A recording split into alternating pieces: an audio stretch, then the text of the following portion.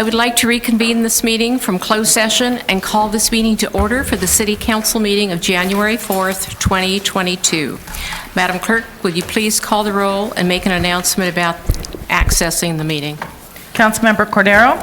Here. Councilmember Escobedo? Here. Councilmember Soto? Here. Councilmember Waterfield? Here. Madam Mayor Patino? Here. In order to participate in the City Council meeting virtually, please register to speak using the link on the agenda under public comment or, under public comment, or call 1-669-900-9128 and use webinar ID number 881-2474-4953. To raise your hand to speak on a particular agenda item, please use the raise hand button in the Zoom meeting portal. If you are using a phone, please press *9 on your telephone keypad to raise your hand to speak. Press the *6 to unmute your phone.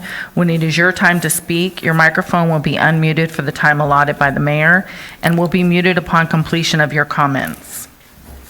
Thank you. City Attorney, Mr. Watson, would you please give the closed session report? Yes, ma'am. In the matter of Ed Hatfield, the City of Santa Maria, the council unanimously agreed to the settlement as proposed. No further report. Thank you. The first item this evening is a retirement resolution, and I will be making the presentation.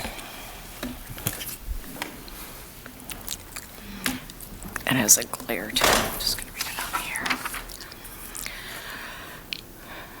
Whereas Officer Ronald Murillo has been employed by and has faithfully served the City of Santa Maria for 27 years as a dedicated public servant, demonstrating professionalism and commitment to the police profession. And whereas Officer Ronald Murillo has shown concern for victims, witnesses, and other members of the public that he has served. And whereas Officer Ronald Murillo spent the last 17 years of his law enforcement career as a patrol officer, traffic officer, and Special Victims Unit detective and the Detective Bureau. And whereas Officer Ronald Murillo retires as a Special Victims Unit detective and has played a critical role in the development of investigative processes and procedures within the unit. And whereas Officer Ronald Murillo's commitment and devotion to duty have contributed measurably to the quality of life that residents, businesses, and visitors enjoy in Santa Maria. Now, therefore, it is hereby resolved by the City Council of the City of Santa Maria as follows. Officer Ronald Murillo is commended for his faithful, distinguished, and devoted service to the Santa Maria community, is congratulated on his retirement, and he and his family are wished good health and many years of happiness. And that is a motion. I second the motion, Madam Mayor. I have it. Any further discussion? Hearing none. I would like to say something, if you don't mind, certainly. Madam Mayor. It's a real pleasure to see these people retiring, and I'll say a little bit more about Flores in a minute. But I remember sitting on the oral board with Murillo and learning that he didn't just start here as a police officer. He started here as a city employee many years ago, went to work with the Parks and Rec, went to work at the law enforcement down in southern Santa Barbara County, and returned to Santa Maria where he's worked faithfully. And it's always been kind of a interesting and heartwarming to see someone that was born and raised here, or I think he was born here, I don't remember, and to see them come back and really give back to the community. And it was a real pleasure to have him in my own personal history. Thank you, Mr. Cordero.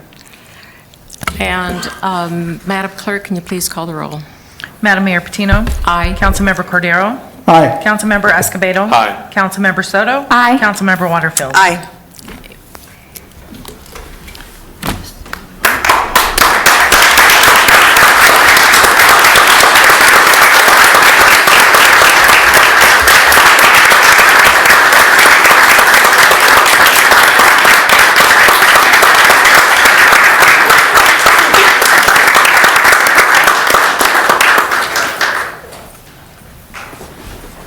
Mayor, city council members, and city staff, thank you for this resolution. I really do appreciate it.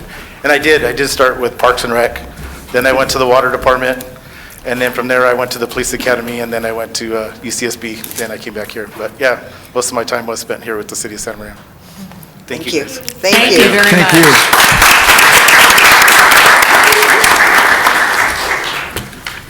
Chief Schneider, did you wish to make any comments? Okay, great.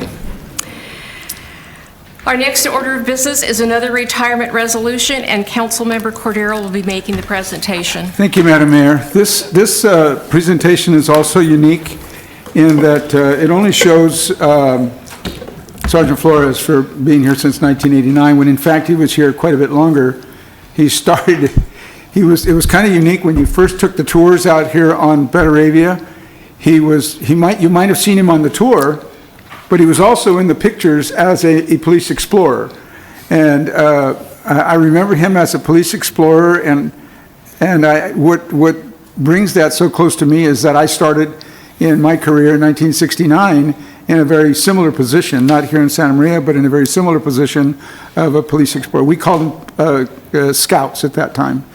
And it's a real pleasure and an honor to read your resolution, Sergeant Flores.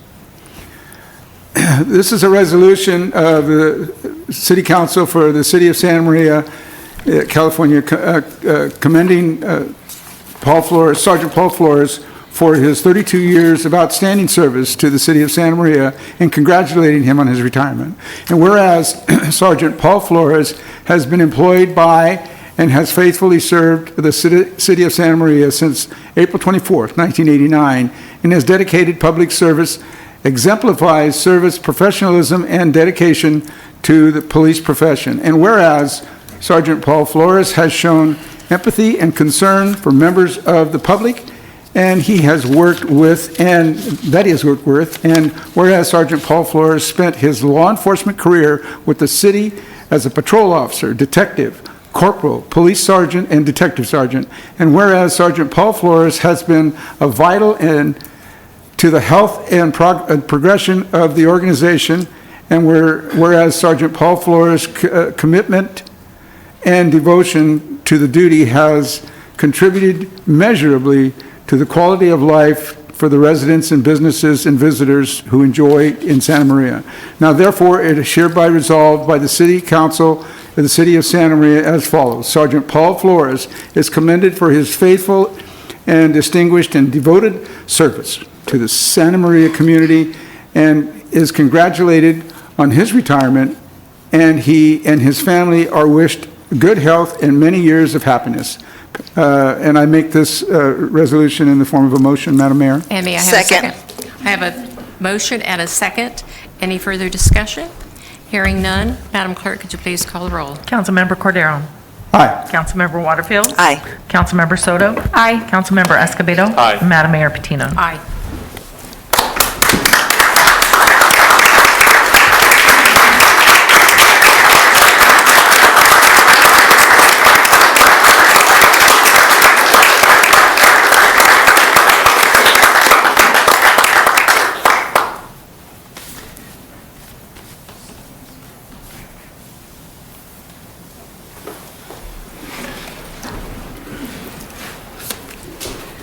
Well, it is fitting that Councilmember Cordero hands me the plaque and read the resolution.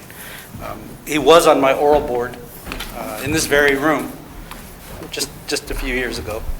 And, and I'm always thankful for the persons on that oral board that gave me a chance. And I appreciate the City of Santa Maria for also giving me the opportunity to serve these years. And yeah, I'm going to miss you all. We're going to miss I'm you. not going to go anywhere, but you know what I mean. We did it. So thank you very much. Thank you.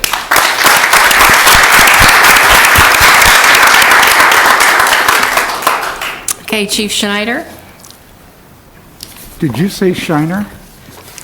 No, I did not. Oh, I was going to say, he's gone. I know he is. Thank you, Madam Mayor and Council. And I just want to again congratulate Paul and Ronnie on their retirement. And as you can hear by the proclamation, they've contributed a lot to the department. There's a lot of knowledge and history going out the door with their retirement, but in addition to some of the things highlighted, Paul also does our polygraphs for the police department. So he did criminal polygraphs as well as our employment polygraphs. And Ronnie was instrumental in a lot of tracking of our sex offenders and keeping them in compliance. So not only are they good people, but they're going to be missed around the department just for conversations and their friendship and their knowledge and what they've contributed. And we've also had a few other retirements. I'd just like to name their names real quick. They retired within a week or the same day as Paul and Ronnie, but Lieutenant Mark Strecker, Sergeant Jeff Lopez, Sergeant Rob Morris, Officer Jose DeLeja, and Officer Alex George.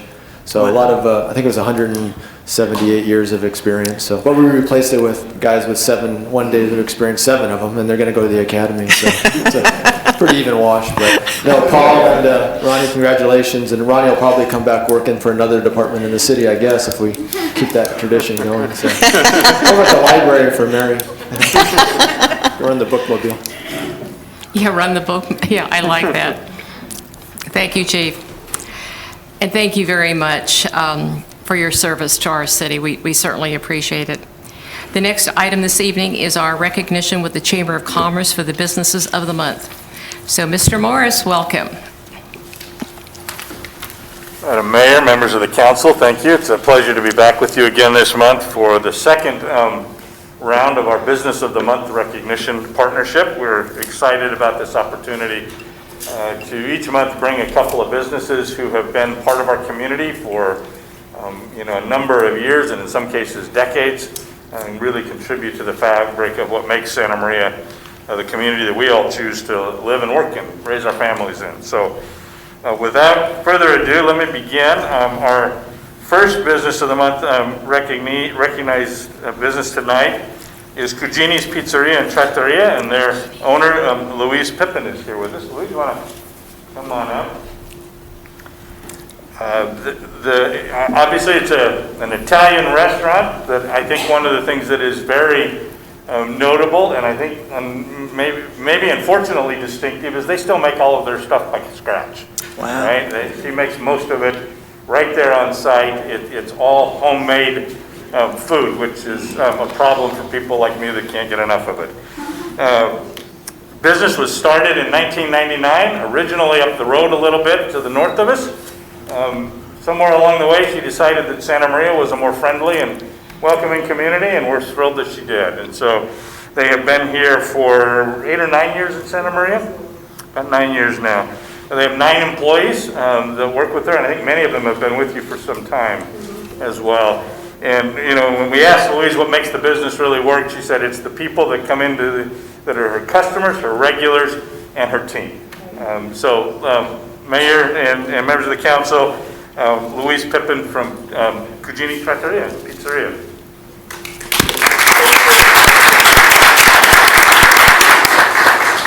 I just want to thank everybody that selected me. It's an honor for this. I'm humble, and I want to thank the community, all my customers, family, friends for keeping me open, helping me, especially through COVID. Thank you. Thank you. We're going to have you step in here. Our council is going to help us with the photo. Here we go. All right, ready? Just look right at me, but you're going to be the council member.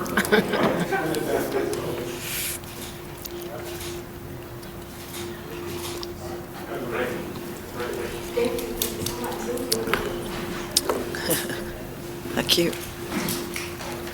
So again, just by way of reiteration, for this year, we're recognizing businesses in 2 categories. One obviously is women-owned businesses, and then our second category, we're going to do one more there, Andrew.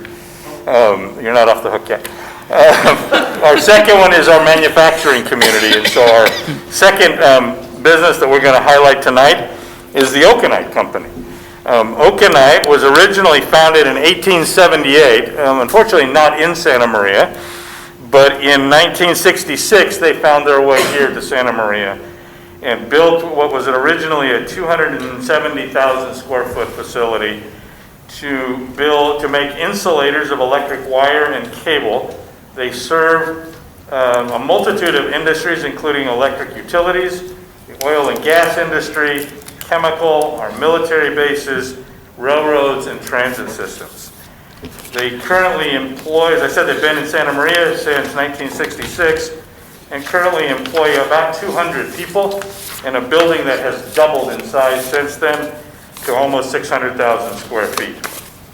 Some of the ways that this business is involved in our community, you'll note that they have a particular interest in helping our young people identify careers and prepare to go to work in our community.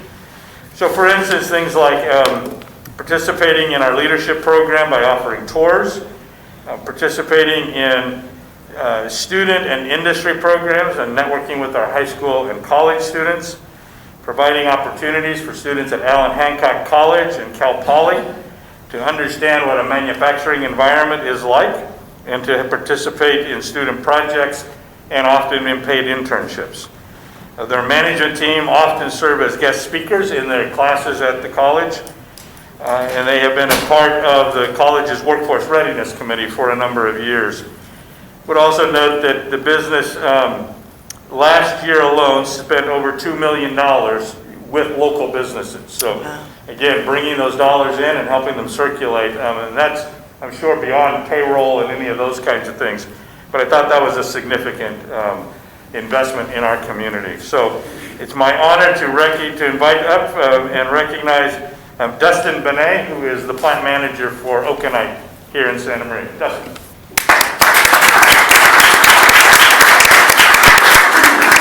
Thank you, Glenn, and it's an honor to receive this recognition from the Santa Maria Valley Chamber of Commerce and the City of Santa Maria. Okanite's been operating in Santa Maria for over 50 years now, and we really appreciated being a part of this community. We've appreciated everything that the city and the community have done for us throughout that time. We look forward to many more decades here in Santa Maria, and we will strive to continue contributing to the local economy and giving back to the community in any way that we can.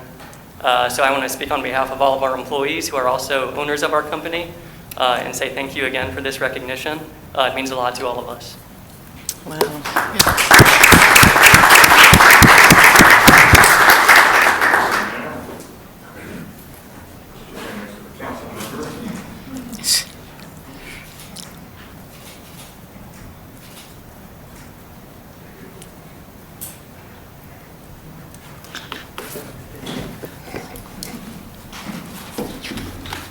Thank you very much. Congratulations to Cugini's and to Okanite. And thank you for being here in Santa Maria.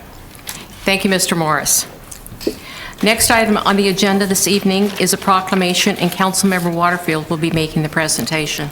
Thank you, Madam Mayor. It is always an honor to give this proclamation. It's something that I hold very dear to my heart. And before I get started on it, I just want to say that I had something come across an email from me from Life News. And I don't know if anyone's ever gone onto Worldometers, which is a website that will discuss health, environment, energy, all sorts of things.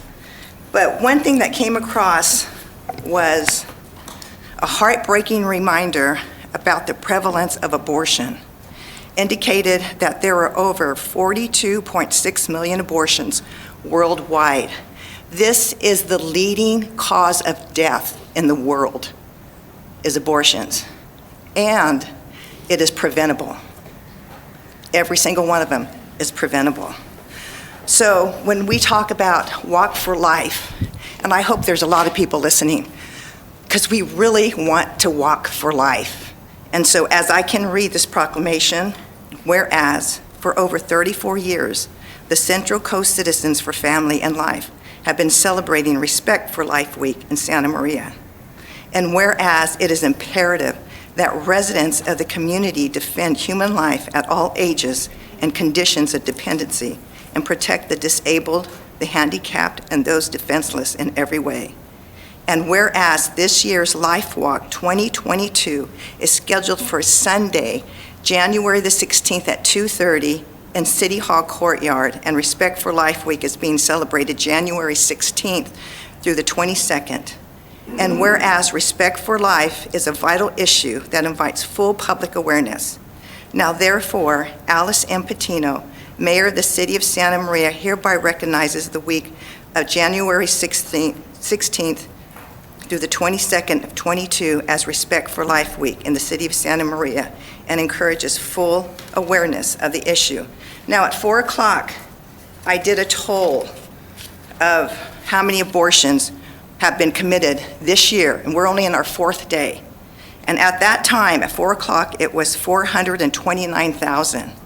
We are now up, 2 hours later, 12,000 abortions. And abortions is the #1 leading cause of death in America today. It overlooks everything else. This meter, it's called World-O-Meter. I encourage you to go and please look at this and see. There's different stats of government, of environment, of health, of everything.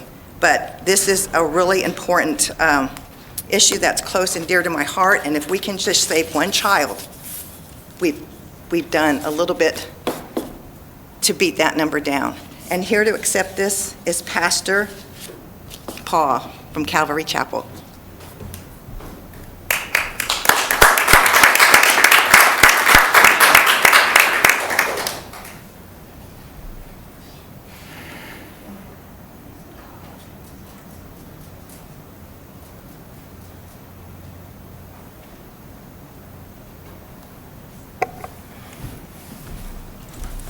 He didn't want to make any comments. He didn't want to say anything. Did you want to say something? Please, absolutely.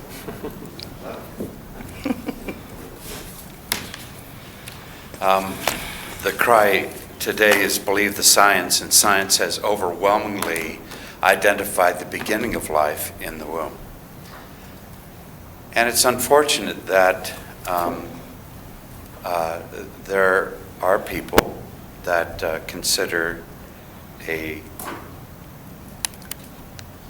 child's life as a nuisance rather than something of a blessing. I personally believe, and this is by far the belief of most evangelical churches, that there is no such thing as illegitimate births, because we believe it's our God that conceives life within a woman's womb. I'm happy to say that all of us are here because our mothers determined that she wanted to keep our lives intact and to raise us with loving care.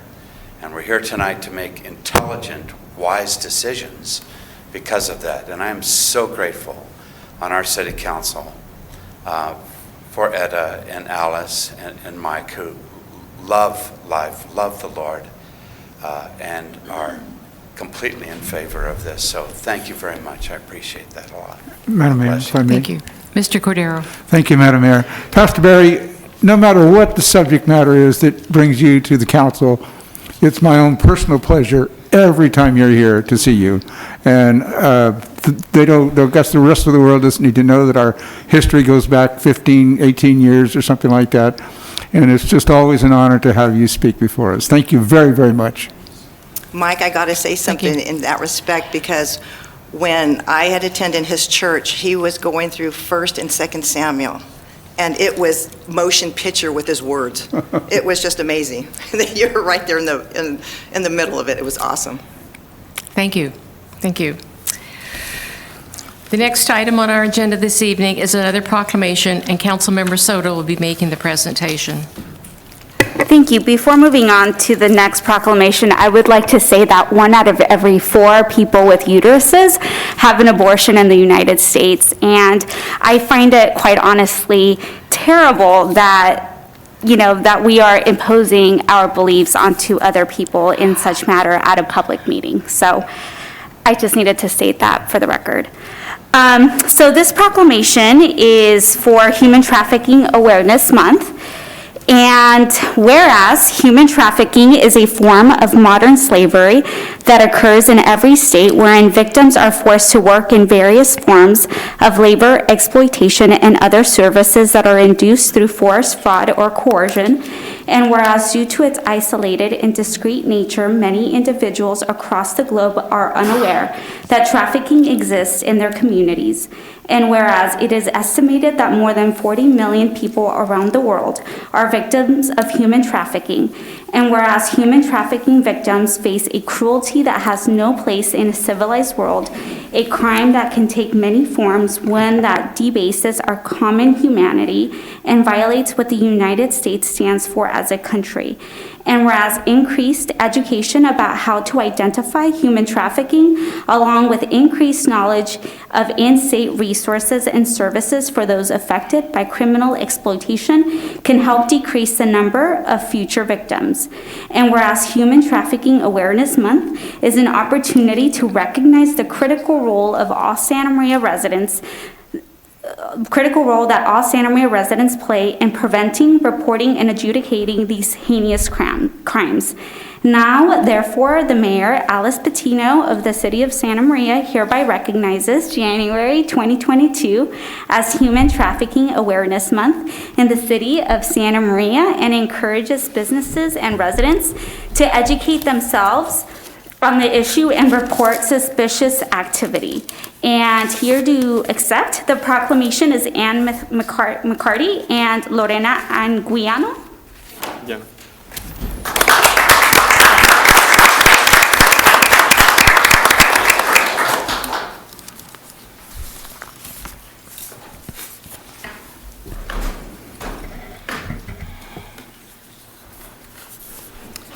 Thank you, Mayor Patino and members of the City Council. I'm standing here today with one of our counselors in Santa Maria. She's our Human Trafficking Crisis Counselor, Lorena Angiano. My name is Ann McCarty, and I'm the Executive Director for the North County Rape Crisis and Child Protection Center. But tonight, we come to you as members of the Santa Barbara County Human Trafficking Task Force.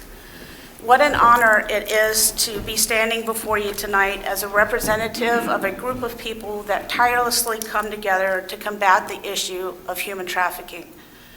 Through your acknowledgement with this proclamation, you've sent a clear message that combating the issue of trafficking is indeed a priority in your community, and we thank you for that. Trafficking, no matter if it's sex trafficking or labor trafficking, presents real concerns for those of us on the front lines. Sadly, risk factors for trafficking have indeed been exacerbated in recent years, specifically due to loss of income because of the pandemic, rising housing costs, etc. As a task force, we attack this issue from a multi-pronged approach. We started in 2013 with the multidisciplinary coalition comprised of law enforcement, supportive service providers, and community advocates. We provide leadership, we make data-driven decisions, we provide training, public awareness and outreach to the communities that we serve. We undertake investigations and prosecutions, all the while supporting survivors that were there to help. It hasn't been easy, but our efforts have not been in vain. To date, there have been 192 new human trafficking investigations in Santa Barbara County since 2017, with 183 new survivors identified. Of those, 30% were minors, with an additional 33% between the ages of 18 to 24 years old. 45% were Santa Barbara County residents prior to trafficking, an additional 44% were California residents, with 91% of those being sex trafficked. The task force is a work in progress, and as we move along, we're still expanding our work to support those who are labor trafficked as well. People often ask, how can we help? My first answer is to educate. Your proclamation states that as well. If anyone is ever interested in prevention or awareness training, contact me, contact a member of our task force, contact the chief. He knows how to get in touch with me. I'd say contact Paul Flores, but he's gone. And I do have to say, with regard to the officers that retired tonight, I've been at the center for 27 years, so Paul and I have really grown up in this work together. We joked about that earlier. I'm sad to see him go, but it has been definitely a pleasure to work with him. So we invite you to join us. We're having a Vigil for Freedom on Thursday, January 20th at 5:30 p.m. It will be virtual, and I will send the link, if you'd like to register, to your city clerk so that she can send it out to everyone so that you have it. But once again, we thank you for this acknowledgement, and on behalf of the entire task force for Santa Barbara County, thank you for your efforts.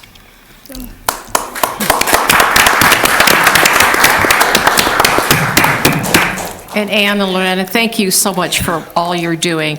I know a lot of people want to ignore the problem and the issue and think that it doesn't exist, and we know very well it does, and what a negative impact it has on any community. But thank you for working so hard in our community. We appreciate it. I have a question for you. When you find the people that are committing these atrocities towards these young people, and we look at today with the courts relaxing their arrest and bail and everything, do you come into that situation where they're right back on the street again? Sure. I mean, when there's a revolving door, it's hard to, but you know, my effort is not so much on them, but what we can do for the survivors of these crimes. Our law enforcement officers work diligently to find the people that are committing these crimes. They're always trying to stay a step ahead of the tactics that they use. You know, but we're fighting a battle every single day with so many different negative things working against us, whether it be social media or even the revolving door of our court system. But that doesn't mean we can stop doing what we're doing, because we've got to keep fighting, right, Chief? No, I wouldn't expect you to do that at all. Not at all. Shoot, I just wish there was something we could do to stop that revolving door. Well, I'm a very hopeful person, and I believe that someday we're going to be out of the situation that we're currently in, and that door is not always going to be revolving. There's been a lot of reform that's taking place, and it's going to always take place. But we need to, one of the things that as a society that we need to make sure that we continue to do is to put survivors' voices first. That's the thing that gets lost in the system when a bad guy has more rights than a victim does. That's what we need to fix. Absolutely. I agree. Thank you. And Mr. Escobedo had a comment or a question? Thank you, Madam Mayor. First of all, thank you. Thank you for what you guys do. I personally have a friend of mine that was a survivor of human trafficking. She was brought to the U.S. with the hope of being employed and, you know, the American dream.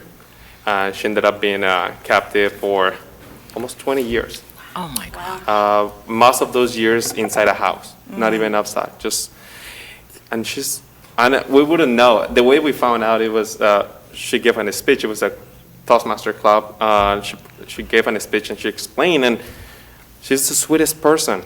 Like you would never, I mean, by just the way that she was, the way that she treated people, it was just amazing. And but she always said that she's a lucky one, and so she's a successful or like good case. But she started sharing with me more of what's going on.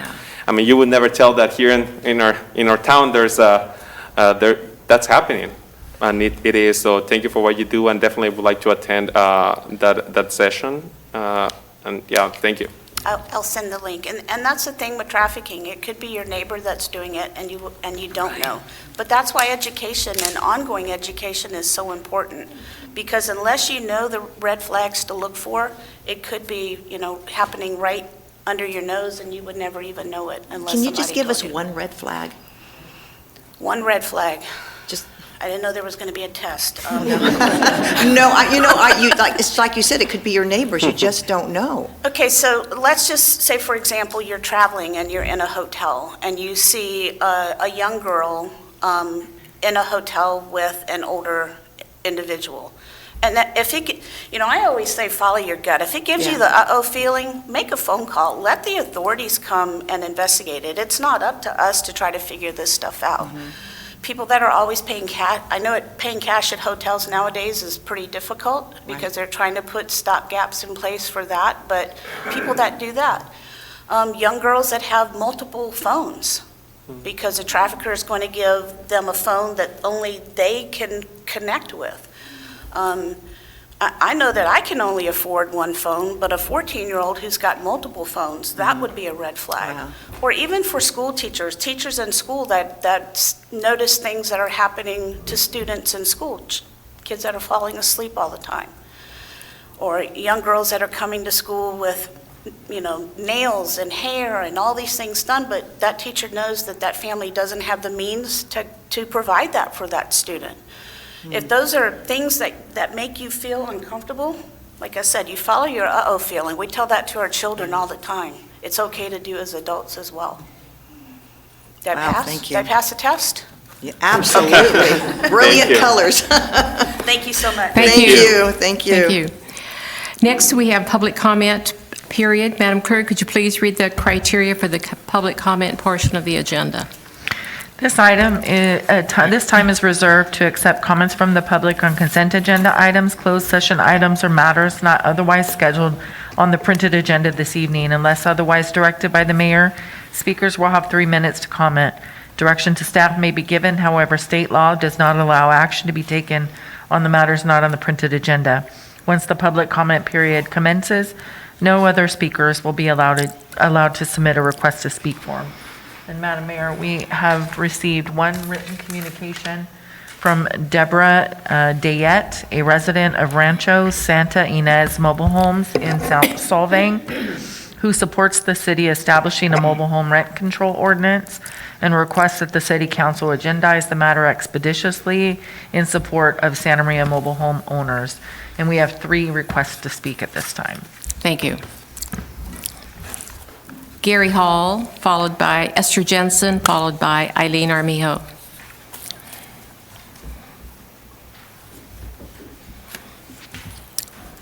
Good evening, Mr. Hall.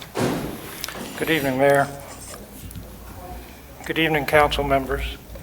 My name is Gary Hall. I'm a resident of Rancho Buena Vista Mobile Estates at 2135 North Railroad Avenue here in Santa Maria. I represent the North Santa Barbara County Mobile Homeowners Team. First, let me say Happy New Year, City Council, and Happy New Year, City staff. Since November 6, 2018, this is the 25th time I've stood at this podium asking for fair, enforceable mobile home rent stabilization in Santa Maria.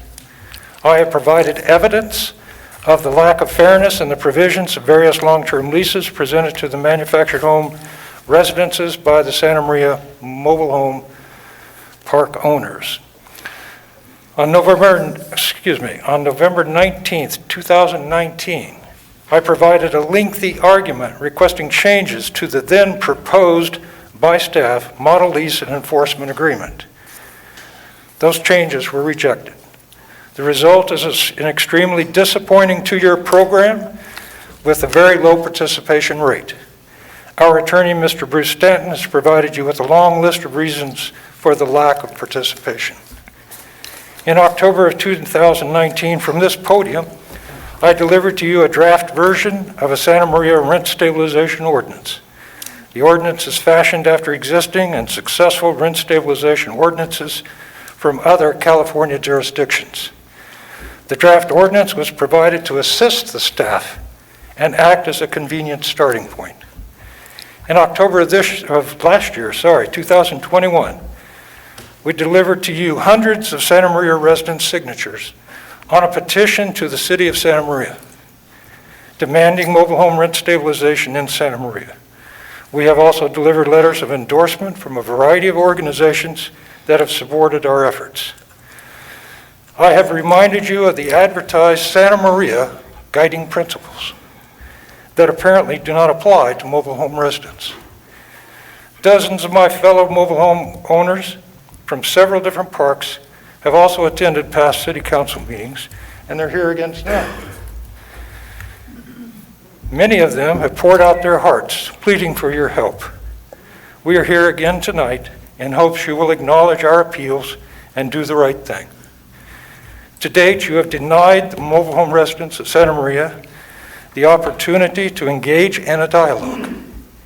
Tonight, I implore you to open new discussions to consider either our proposed mobile home rent stabilization ordinance or at least fix and renegotiate the Model Lease 2020 and enforcement agreement. The mobile home residents of Santa Maria need and deserve your help. You have a chance to protect mobile home space affordability. Please act now. Thank you. Thank you. Esther Jensen, followed by Eileen Armijo.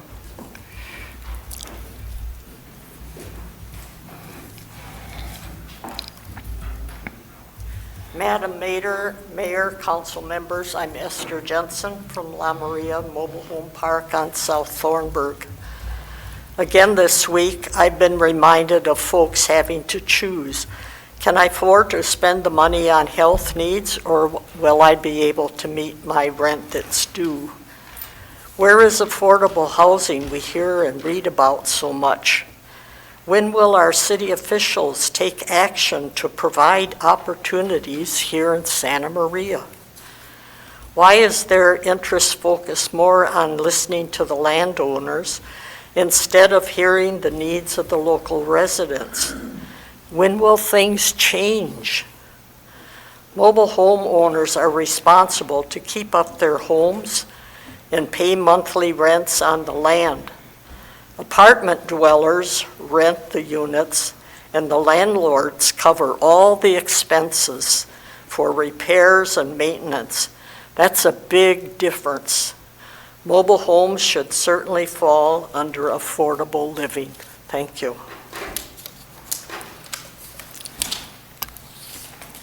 Thank you, Ms. Jensen. And Eileen Armijo.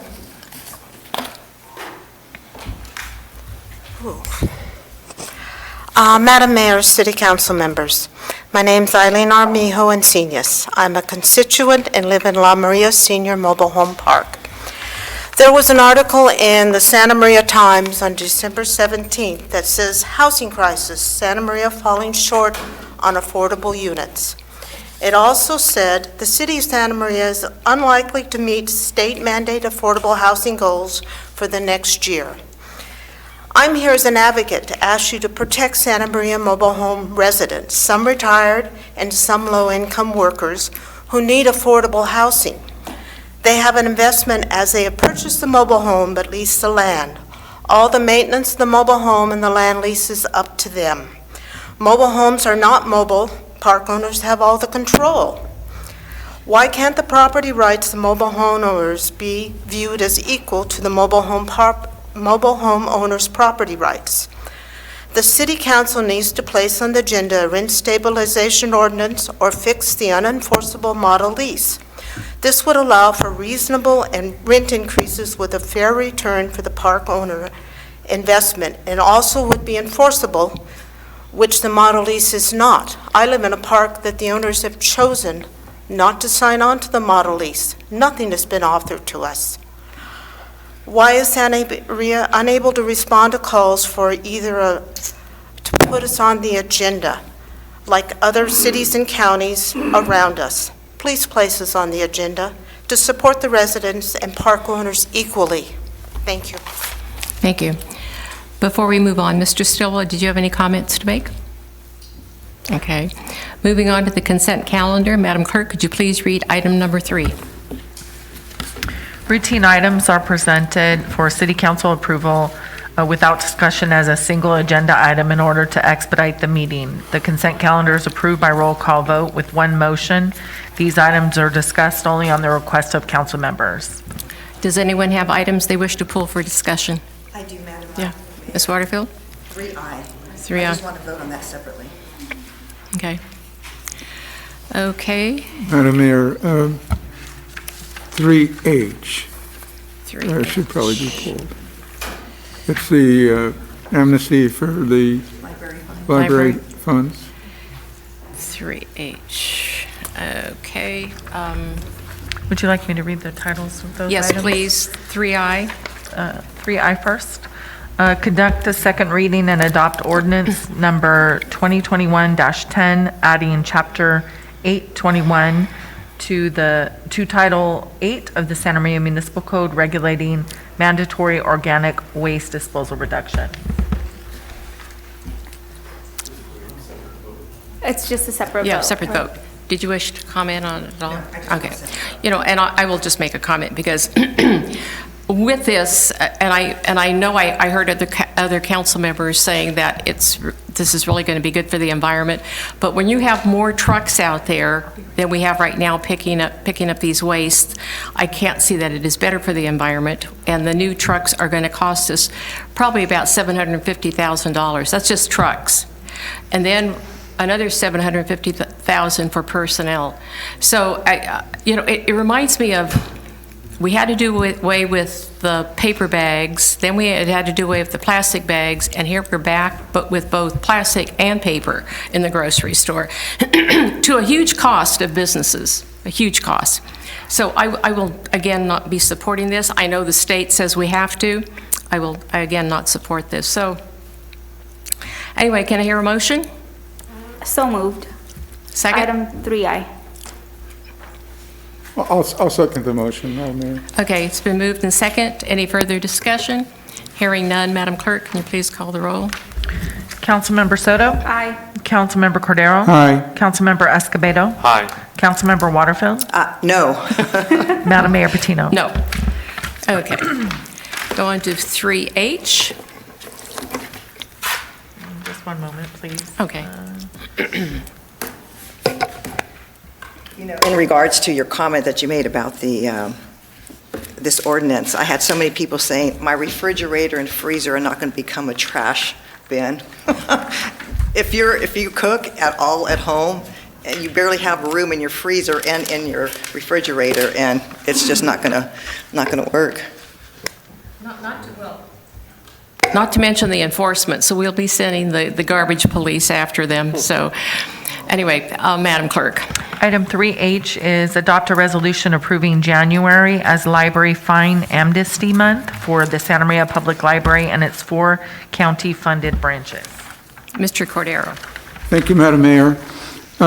In reading this a little bit, and I'm not sure what the end game is here that the library board is trying to do. And I don't think that the fine system is extraordinary. It's certainly not meant as a funding effort on the part of the city or the library for that matter.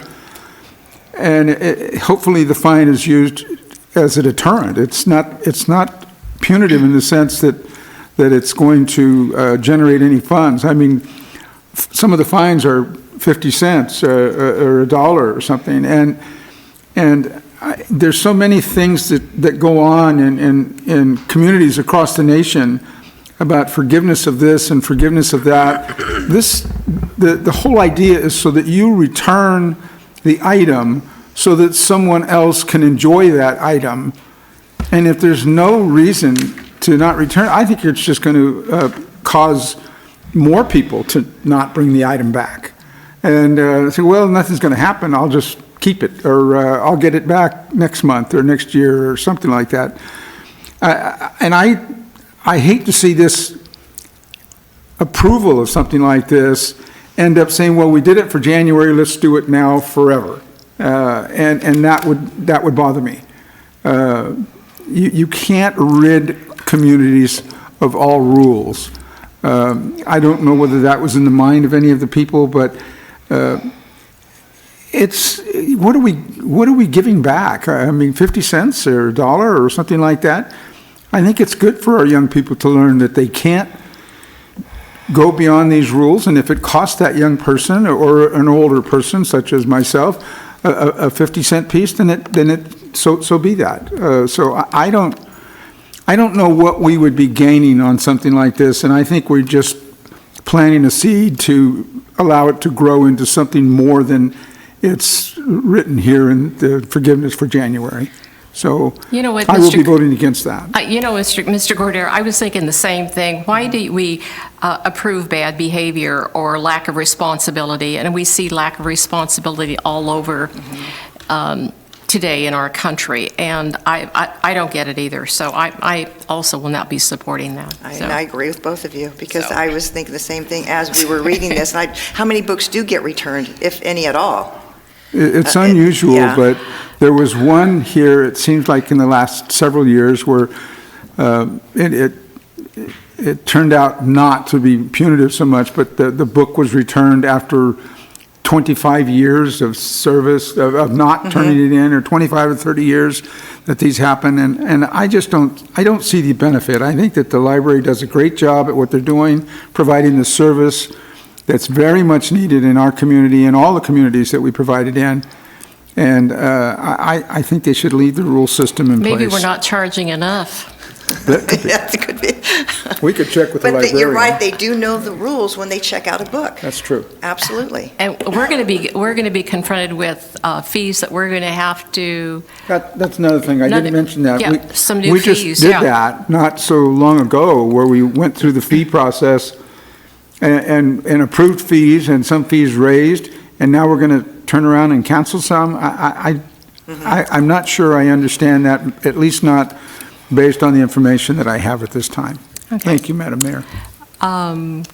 Do I hear a motion on this or not? Can I ask a Oh, sure, question? I'm sorry. Sure, Ms. Soto. How much does it cost us to go after the fines? Thank you for the question, Ms. Soto, Councilmember Soto. We turn over overdue fines to a collections agency when they reach, let's see, I think it's $45 and unpaid. And we send the patrons, once a patron reaches $10 in fines, they cannot check out. And then if the item is overdue, we send 3 notices at the 3-day overdue, the 10-day overdue, and the 17-day overdue. And then we bill them for the lost item at 30 days. Once the account is over $40 and is aged for 30 days, then it's sent to collections. And we do pay unique collections to collect for these items. I don't have the fee that we pay them, but we do pay them for that.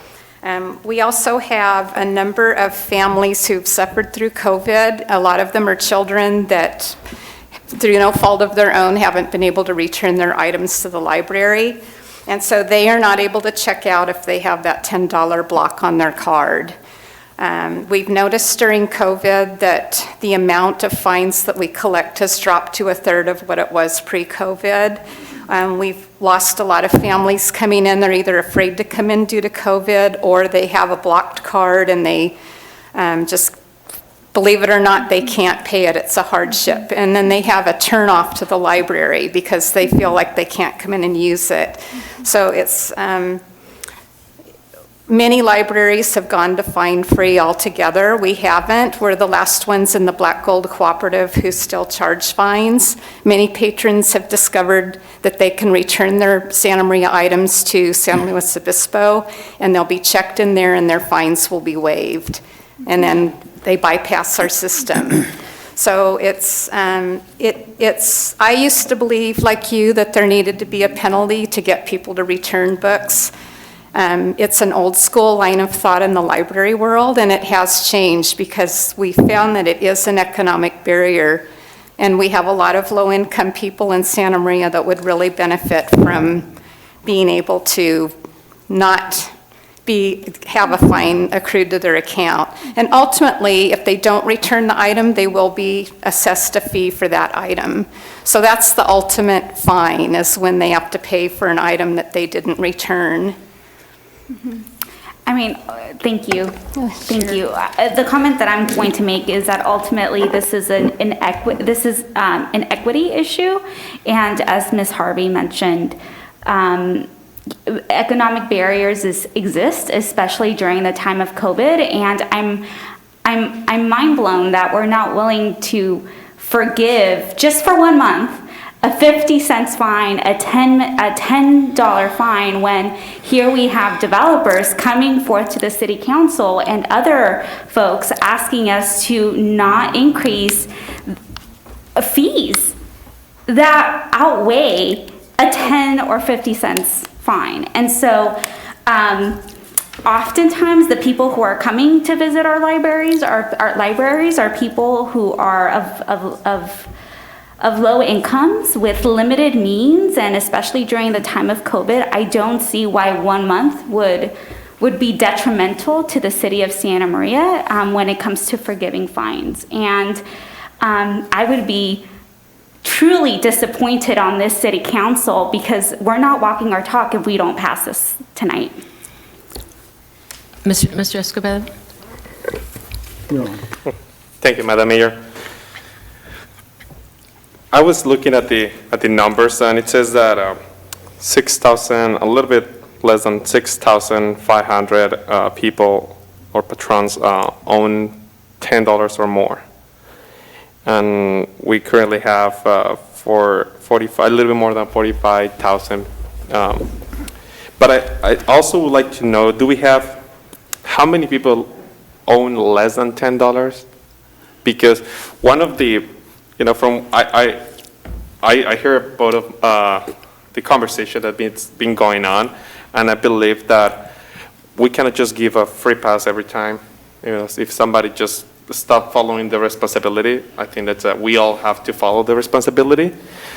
But at the same time, listening from the experience in the public library, we cannot.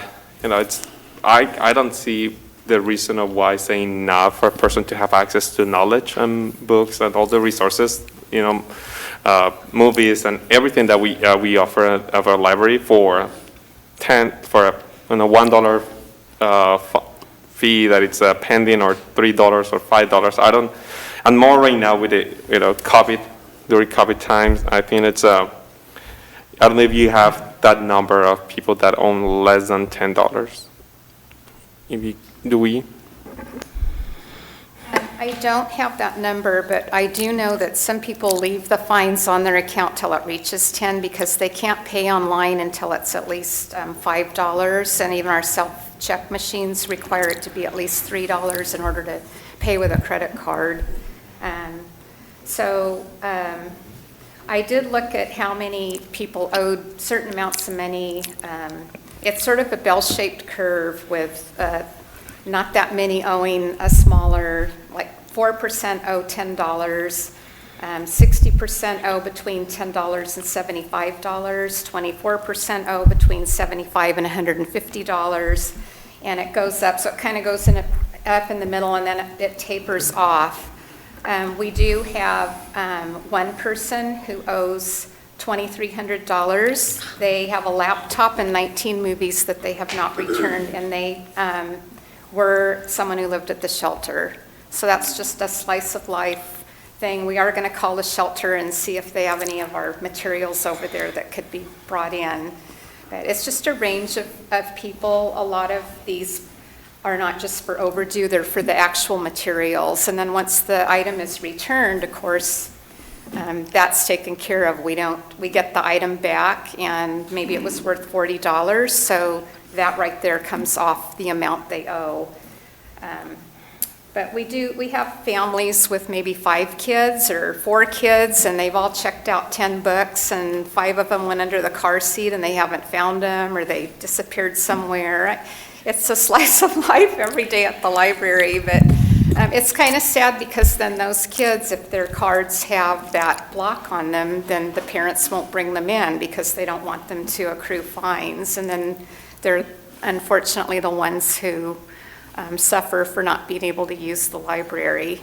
And I have maybe an idea that might, I don't know if you have it, but because it's hard to just say, so with the fees happen the same. I don't like to say, let's go to this side or let's go to that side. Is there any waiver for, specific cases where people can, share, I lost I lost the book under the seat and we were able to find it. That's why we get the discharge. Is there any waiver in, specific cases Do we have that? Administratively, what do you mean, on the part of just somebody saying, okay, we can waive this themselves without that? Is that what I'm hearing? Like, kind of like a waive the fee or the fine in this case, because, in a specific case when people can, express why they are returning the option of waiving a fee. I don't know.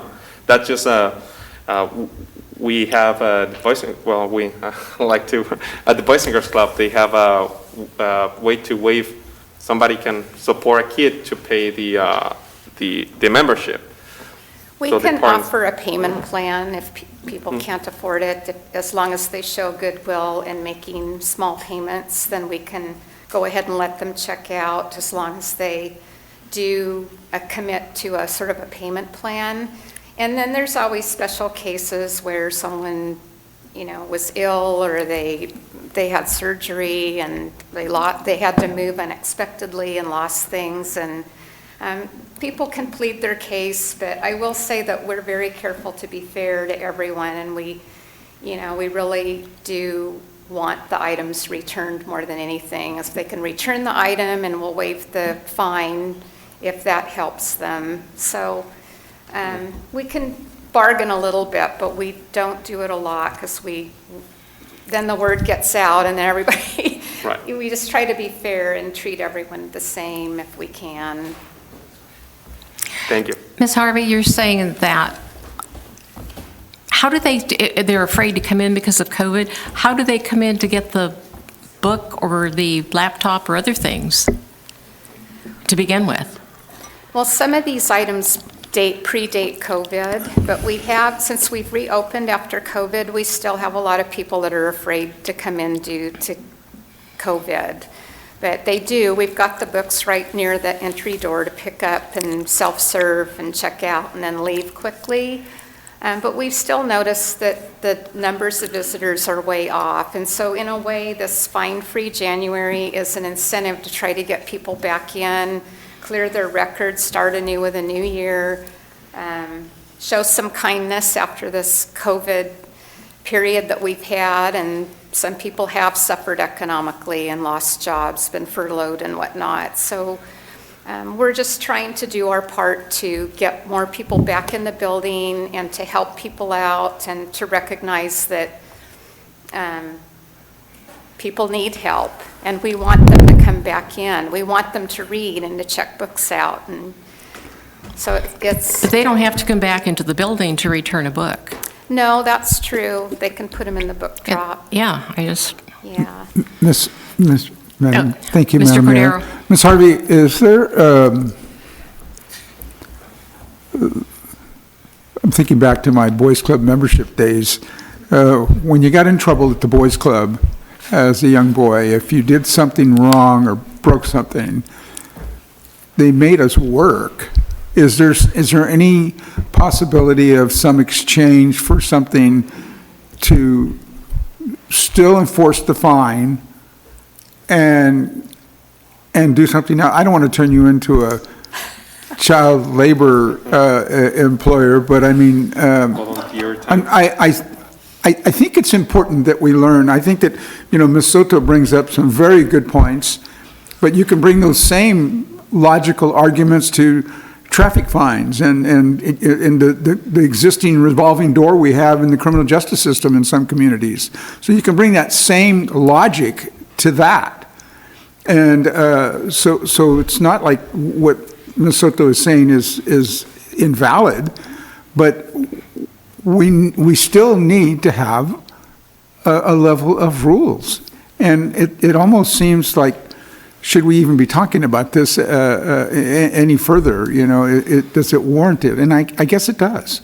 It's a starting point for a learning that is some of these young people can take well into their senior years. It's a responsibility. So, well, as I mentioned, the ultimate is that if they don't return the item, that stays on the record. That is never waived. If they have an overdue item and that item still stays at their house, then we eventually want them to pay for it so we can replace it.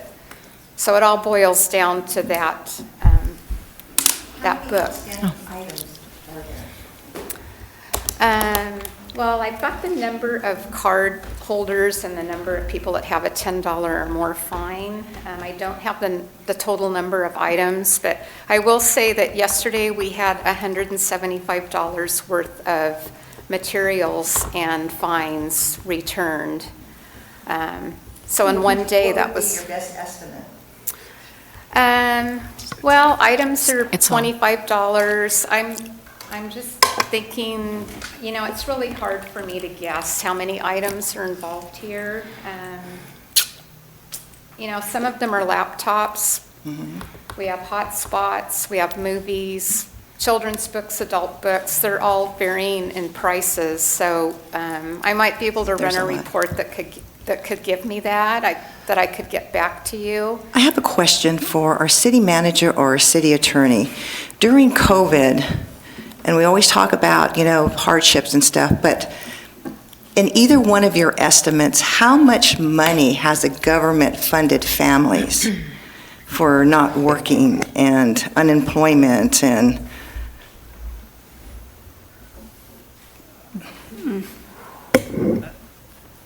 I can't give you an estimate of the millions of dollars that have been provided by various, but I'm sure the city manager who has more financial acumen has a better who reads 3 books during the Christmas break. It's, you know, I hear the argument that's being made, but yet responsibility has got to be the forefront of what's going on with rules and regulations, because we've become such a lack system of this society. And we can blame COVID for everything from kingdom come. You know, there's got to be a point where we've got to say, okay, this is where we need to begin the normal cycle of responsibility once and over again. Obviously, they're getting to the library, whether it's free bus service or they walk or they buy vehicle or whatever. They're finding a way to get there. They're finding a way to get what they want to use, but they can't find a way to bring it back. That's responsibility. And we've got to, you know, we've got to set the rules. And I agree with Councilmember Cordero that we've got to be strong and we've got to set rules. And so it's not even about the fine though, because what I'm hearing the director of our library director say is that it's more about returning the item. And so if people are afraid because they see that they have fines, they're just going to avoid the library altogether and not even return the item. So I've seen other libraries get really creative where if they don't want to impose a free, or not a free, but a forgiveness fees throughout the year, they may have like a couple of days throughout the year where they will say, today, January 4th is Library Forgiveness Fines Day, and so bring your items and all of your fines will be forgiven. So I think oftentimes we get stuck in this notion that the only way for us to hold people accountable is through punitive action, when in reality, punitive action continues to harm communities that are most vulnerable, including in the criminal justice system, which I completely agree. I mean, I would say rebuild that whole thing because it's a hot mess. And in terms of like, government aid that was giving out, I applaud our state and federal government because we were able to do the undoable with over $200 million going towards homelessness care in the state of California, housing homeless people, things that we were told that were not possible, we found out were very much possible during a crisis and during a pandemic. And so at this time, what we have in front of us is just forgive the month of January. January, 1 month, forgive fines, and see if people during the month of January, because they know that there won't be fines, will be willing to return their items. It's not set in stone for the long haul, it's just 1 month. Mr. Escobedo. Thank you, Madam Mayor. So yeah, I just want to clarify. If this passes, or that means that they will waive just for a month. It's not like we're from now on, there's no fines. Is that right? Right, that's the proposal, is just for this month. Okay. Only 4 days in. Okay, thank you. Madam Mayor, I'd like to make a motion to adopt a resolution approving January as Library Fine Amnesty Month for the Santa Maria Public Library and its 4 county-funded branches. I'll second. It's been moved and second to approve January as Library Fine Amnesty Month for the Santa Maria Public Library. Any further discussion? Harry? Just go ahead. Go ahead. Yeah, just, I would like to see if, if in case it's passed, use it as just, let's see how it goes.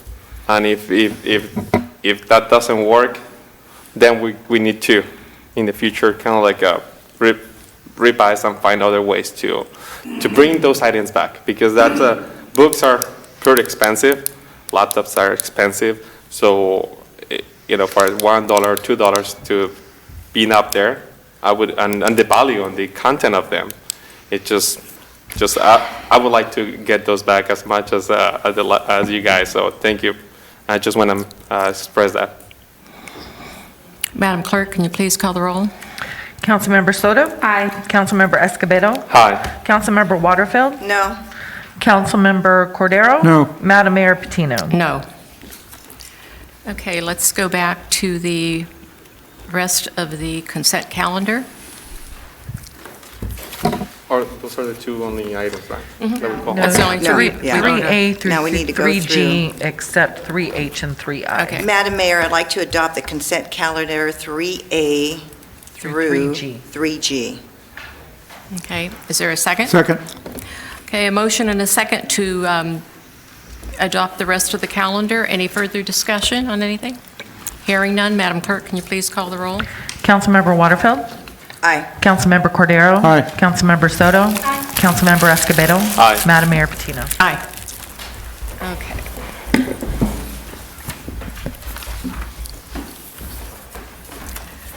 Next, we have a regular business item. Madam Clerk, could you please read the title?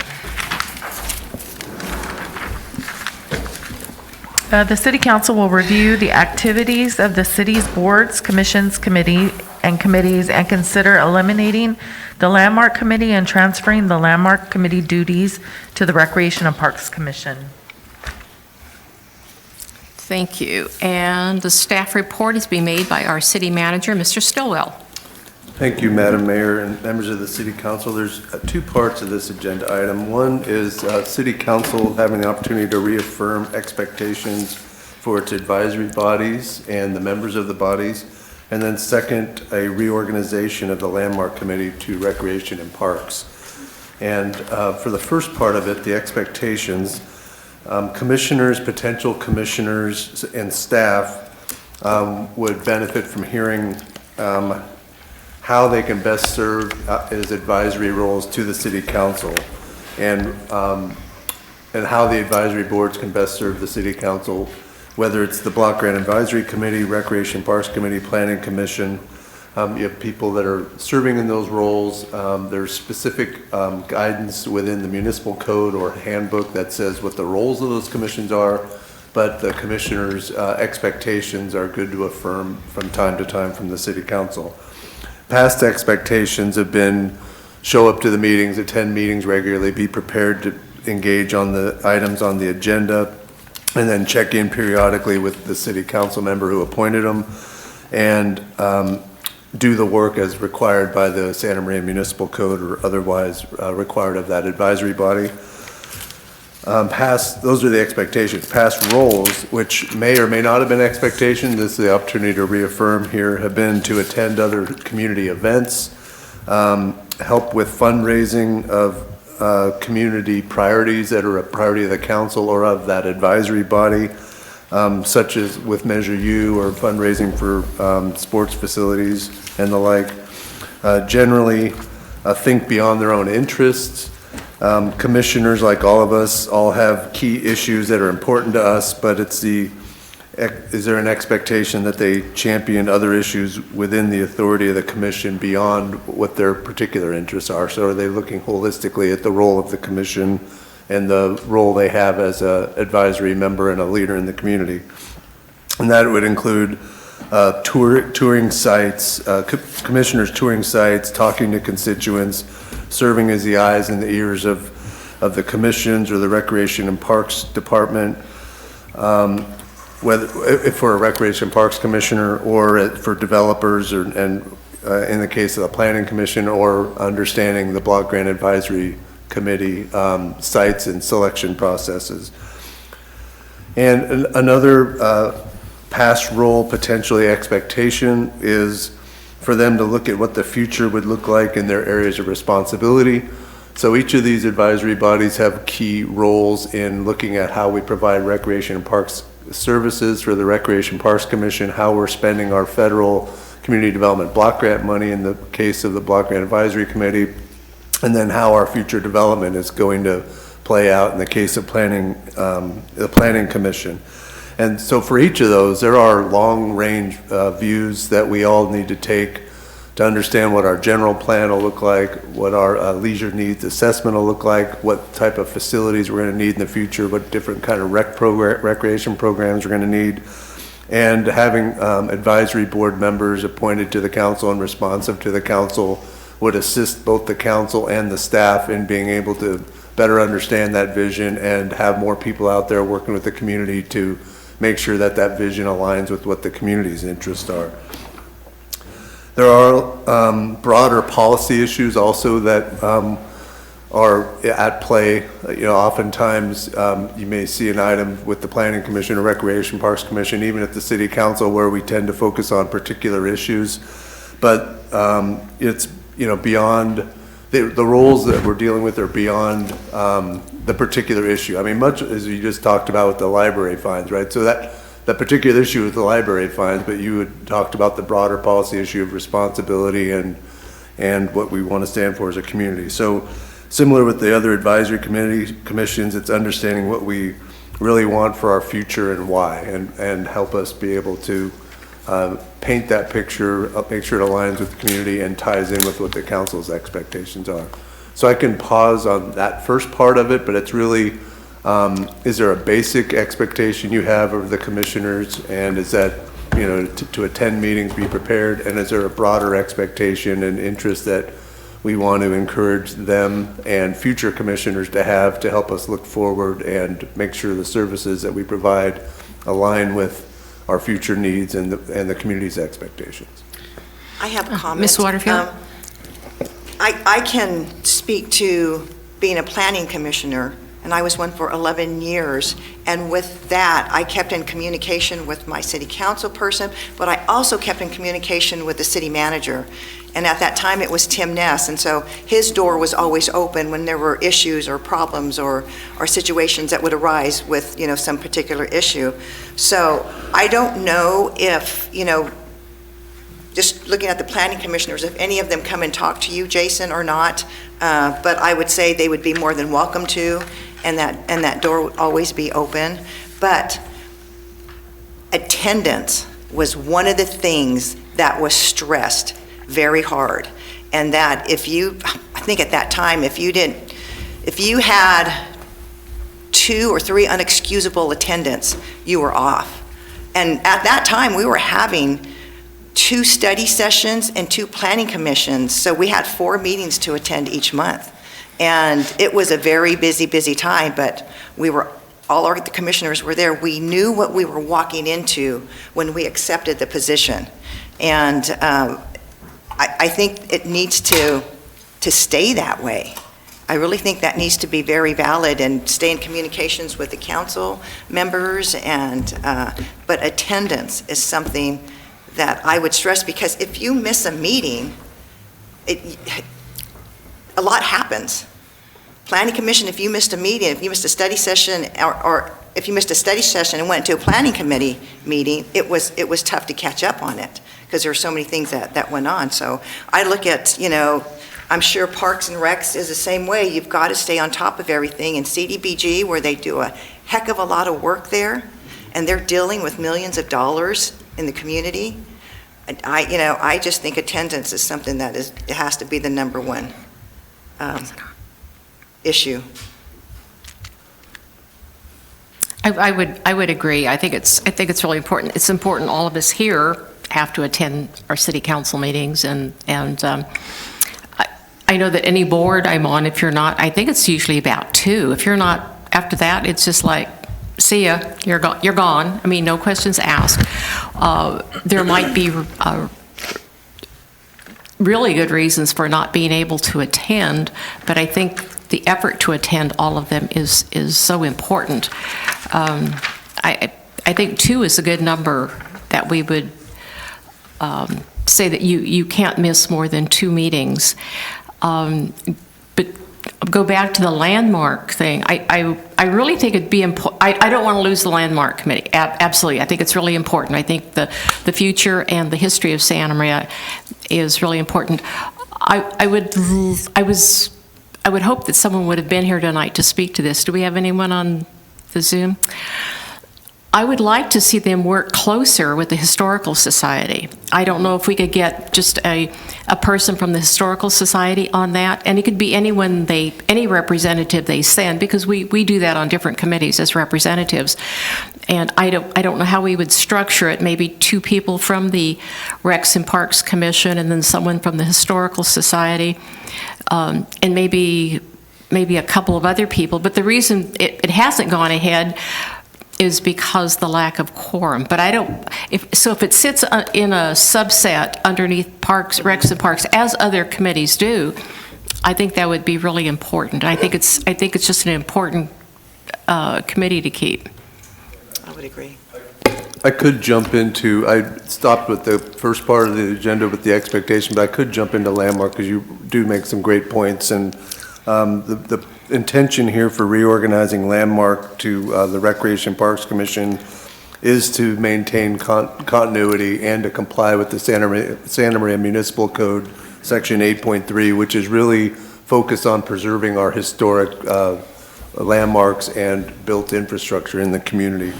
And so we recognize it's an important function for Santa Maria for us to maintain our history. We do have a passionate core group of participants and historians, but as you indicated, Mayor, they can't always, there's not always a quorum, they can't always make meetings. But I mean, Jim Zamaitis, I'd recognize in particular, has just been a leader on our landmark committee and focusing on preserving our built history. But you know, it requires diligence, and it's not fast paced. So delegating the duties to the Recreation Parks Commission would maintain continuity, still have a public forum for the discussion, allow the process and engagement with the community to go forward of preserving our historic assets. And I think having the Historic Society more integrated into that is a good idea. We can focus on that direction as well. And if the just in conclusion of my staff report, if the council would agree with that reorganization, we will come back with some modification to the municipal code, not substantive to changing the value that we have as a community of preserving the historic assets through the work of the Landmark Committee, but showing that it is a subset of the Recreation and Parks Commission, but that work will still continue.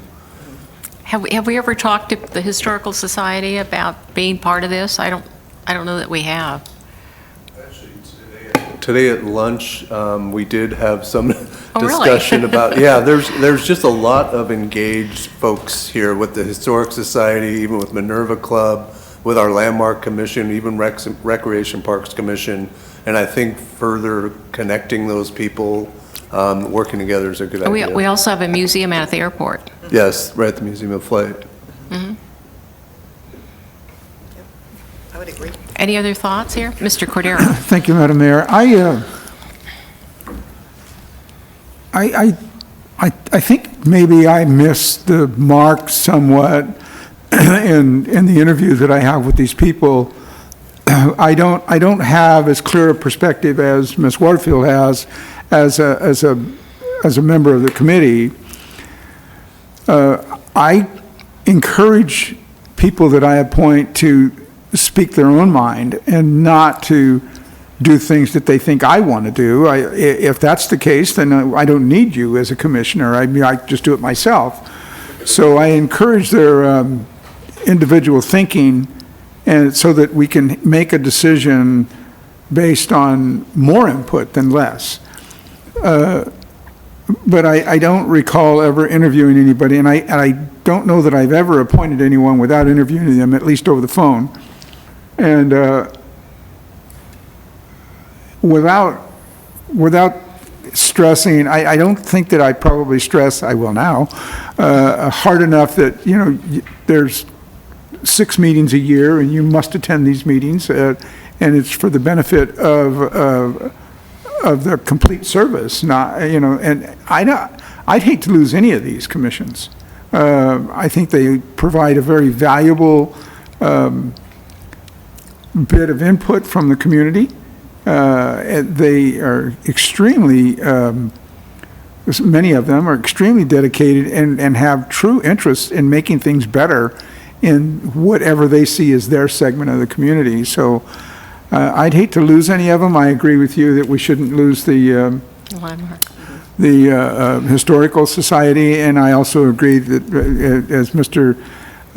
Stillwell has mentioned, that Mr. Zamaitis has been doing this for years and years and years, and he's highly dedicated, and I'm sure that there have been times when he shows up and he's the only one at that meeting. So, so if anything we can do to preserve that, and if that means a reorganization, then I would be all for that. But gosh, I'd hate to lose any of these, and maybe that's partly our fault to some degree as to whether or not we're not selling this right or not advertising it right or something. But they perform a very valuable service to our community, and we should appreciate them in some way that we get more participants. It's nice if we had 10 people putting in for one position, but we can't get one person to put in for 10 positions sometimes. Mr. Stillwell? Yep, thank you, Madam Mayor. To follow up on Mr. Cordero's question, other questions about attendance of the Landmark Commission. So it has been, they weren't able to have a meeting since July 2019. The City Council took action to have Recreation and Parks Commission help them out so they could have a quorum. That was in April, or ahead of April 2021. They were able to start meeting regularly in April 2021.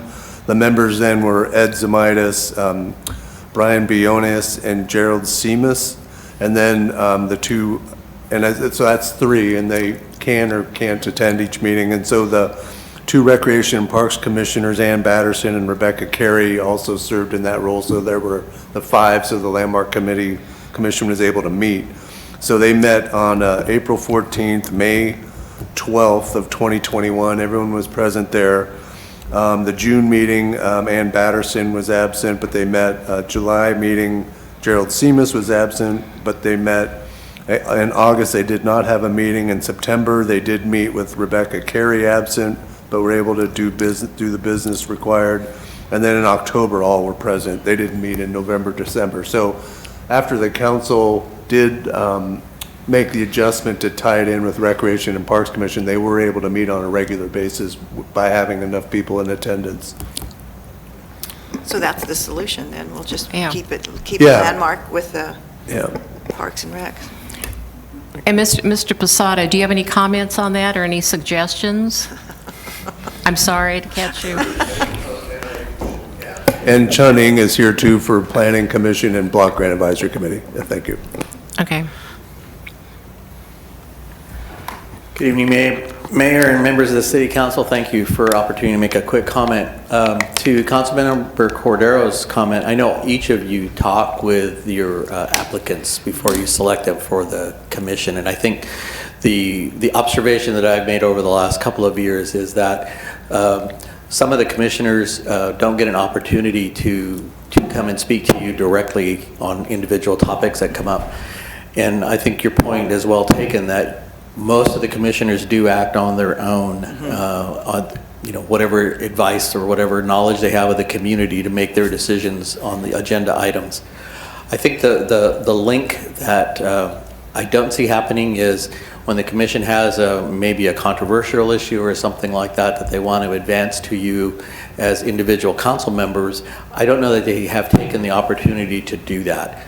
I'll bring up an example that some of you may remember, and that was the swimming pool issue. that the commissioners could have laid some better groundwork for the council members to give you a little bit of better understanding of what has transpired in their experience over the last preceding months. So I think I have a great group of commissioners right now. Certainly they could, they get an orientation when they start, so they know what the expectations are, like attendance and those things. But I do think that once a year, perhaps the commission and the council meet, maybe the commission and the planning commission and Rec and Parks Commission and the council meet. Those are the three bodies that I think really decide what the city is going to be looking like over the next several years. And I would like to see them take a more active role in that. Thank you. You know what, you don't have to respond to this, but when you were talking, I was thinking also with Recs and Parks, we have, like they had the Equistapatchee Park opening, or we had the play structure at Presker, and there are events that we have during the year, and sometimes there's only one Parks Commissioner there, and I would think that they would be more supportive. I would think that whatever we write up in this directive, there is like a minimum of events they should be at, maybe 50%, maybe half of them that they would be attending a year as Parks Commissioner.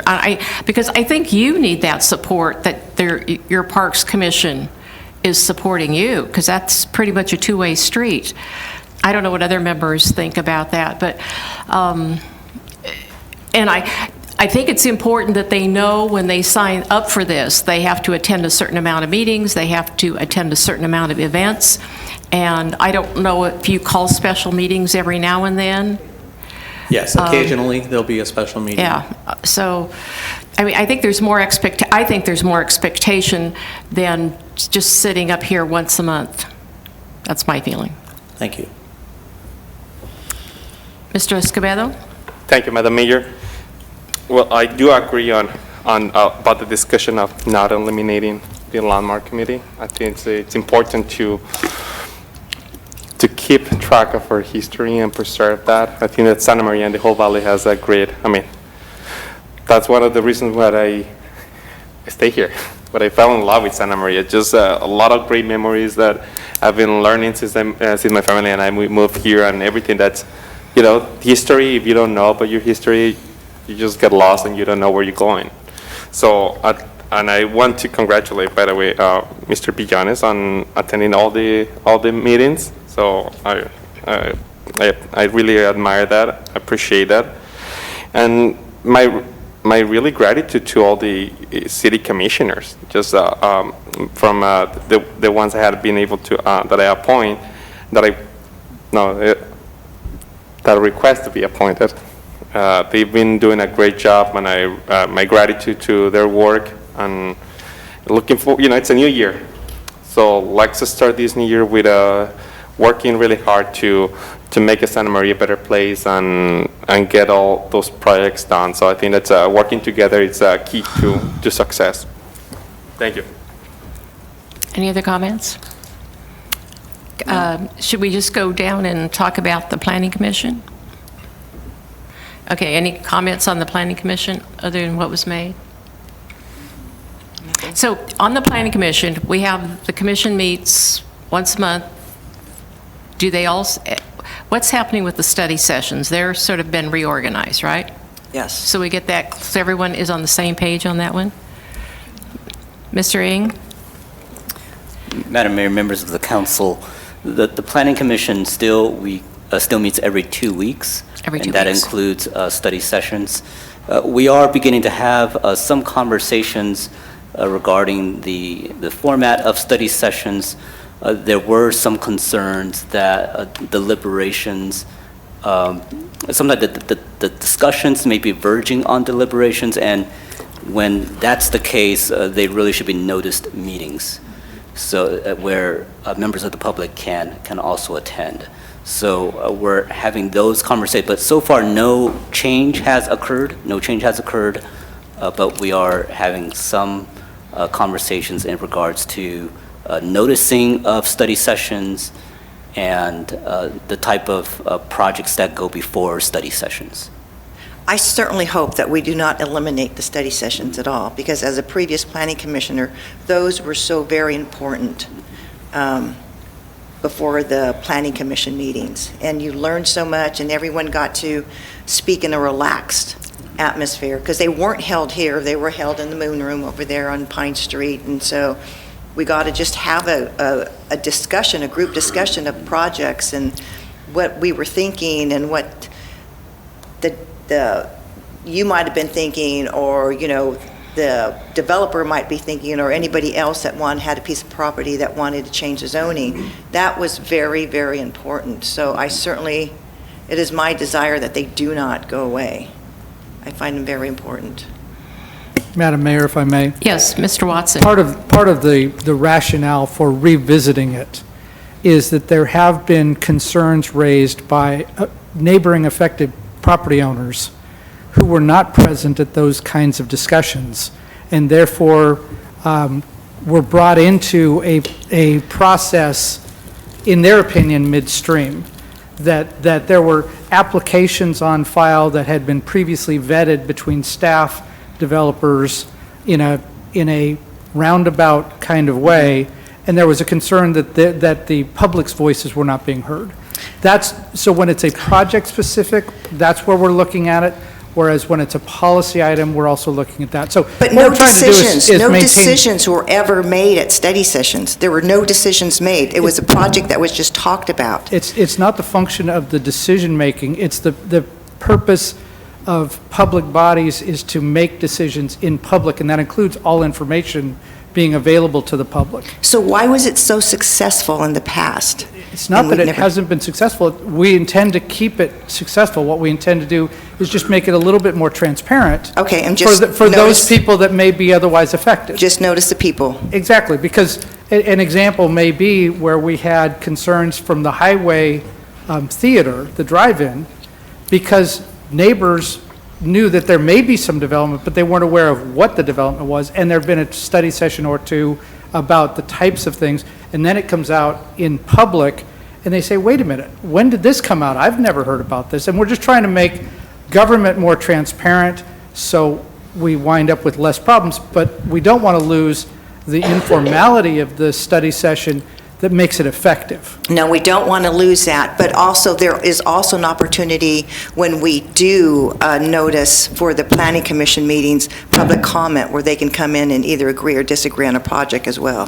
So it's not a done deal until the planning commission meeting and the commissioners determine from public comment what's going on, or if it needs to go to a study session, another study session. So the only thing you're changing is just noticing. Again, we're looking at it top to bottom as to what's the most effective way of, using a study session and maintaining transparency. We haven't formulated anything other than trying to stay within those ideals. And I think, and I enjoy going to the study sessions because it's much more relaxed. People are saying what they think and giving suggestions, and also finding out what the law says on many things. You can't go there, or you can't do this. Or say the highway drive-in, for example. The item before us was a rezone, and a lot of people don't understand what we voted on. And I think if people had been able to go to the study sessions and realize this was a rezone, so you could rezone it for single-family homes, or you could leave it like it is and have high density. And those were the choices that we had to make, 3 weeks ago. Yep. And I think the study session is very appropriate for that. So. Mr. Cordero? Thank you, Madam Mayor. I would interject that I would be personally in favor of just about anything that's going to broaden the view of the public and increase the transparency of government in their lives. And explaining what you just explained is that very thing. That some people think that we own the drive-in theater, that if you guys did this, you broke it now, and they didn't take any consideration any of the comments that were made by Councilman Soto, that she had great memories of that. She didn't own it. This is private business, and we can't force them to do anything. And so I think anything that we can do that contributes to the transparency of government is a good thing. We may not like that sometimes on a personal level, but I think it's a fundamental thing that we should be working on. All councils should be working on to enhance the view that the public has of what's going on in their community. Mr. Escobedo, did you have a comment or anything? No. Okay. Anything else on the Planning Commission? So on any of these commissions, we should have amount of meetings that they need to attend, or study sessions, or other things that, do they ever go any place? I don't know that they do anything other than the study sessions and the commission sessions. Yeah, I think well, Chun could elaborate. So the Block Grant Advisory Committee has specific attendance rules. The other commissions are based on attend the meeting for a stipend.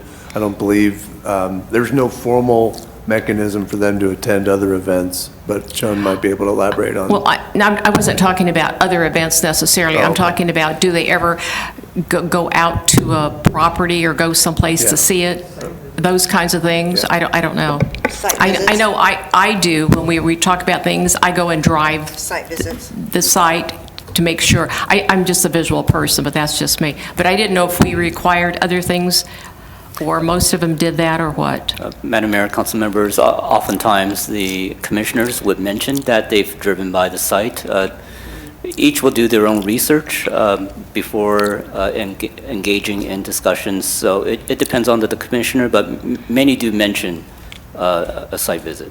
Okay, thank you. Okay, and then the CDBG?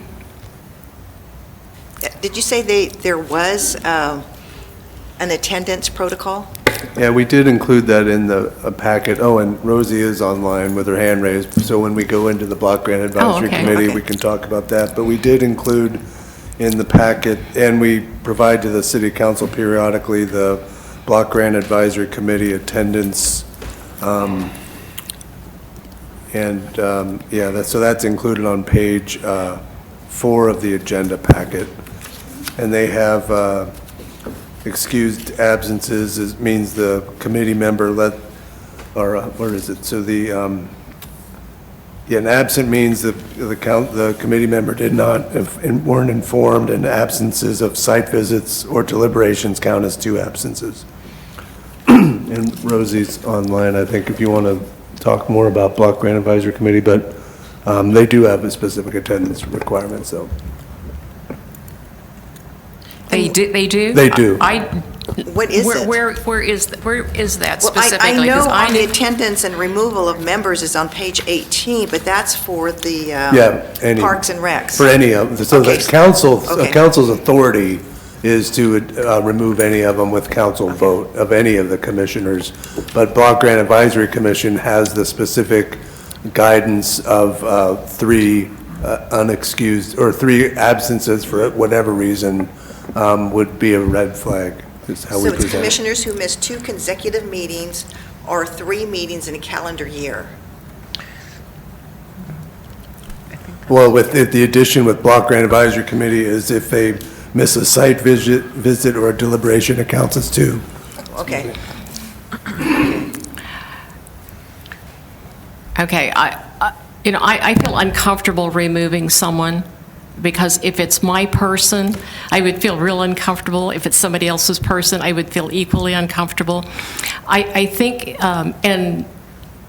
it's your responsibility, each and every one of us, to remove someone if they're not attending.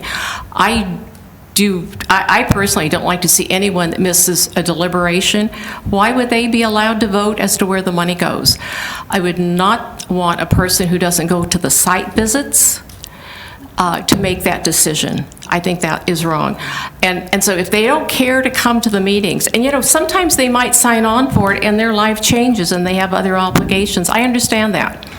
But I don't think, again, they should have excessive absences, whether you call it excused or not. I think it's polite to, if you can't make it to a meeting, to call and let Rosie know, or let Chun know, or Alex know you can't make it to the meeting. But that doesn't excuse you from not being there. If you don't have the time, you don't have the time. Maybe later down the road. But, you know, I think it's uncomfortable for any of us to sit here and remove somebody from a commission. I think it should probably just be in writing, and they know that. Can we do that? Mr. Watson?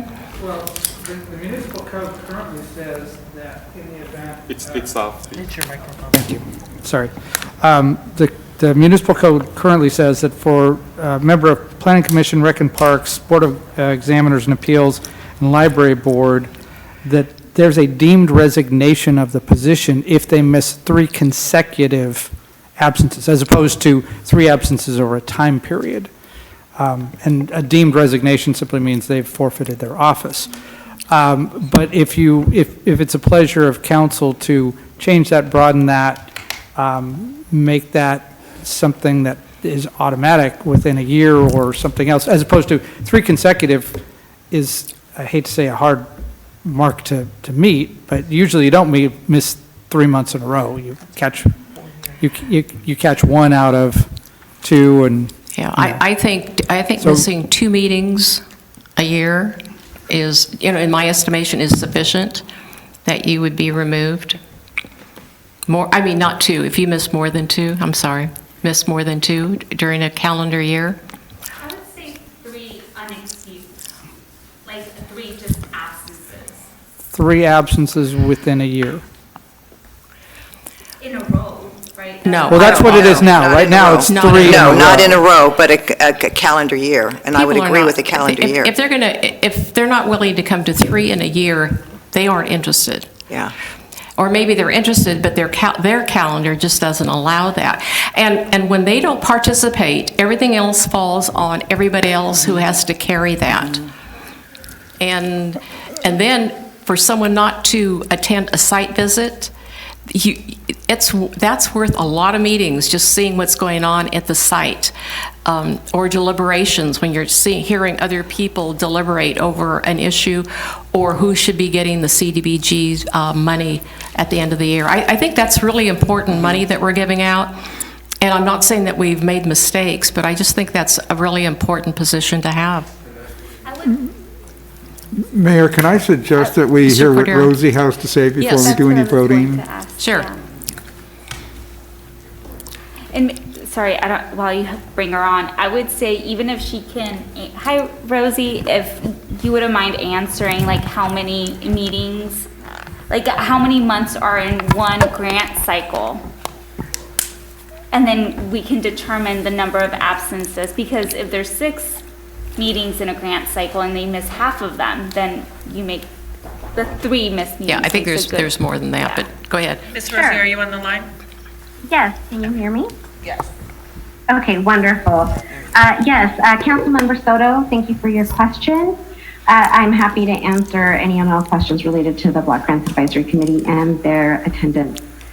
We do have Rosie, let me go ahead and ask you, if you don't mind, speaking either closer to your mic or, okay, I'm going to, you're still a little more echoed. I'm going to try to put my microphone on the speaker. I can also take my headset off. Let me try that. That might be better. Is that better? Maybe a without the headset? That's a little bit better, yes. Okay, I'll try to speak very closely.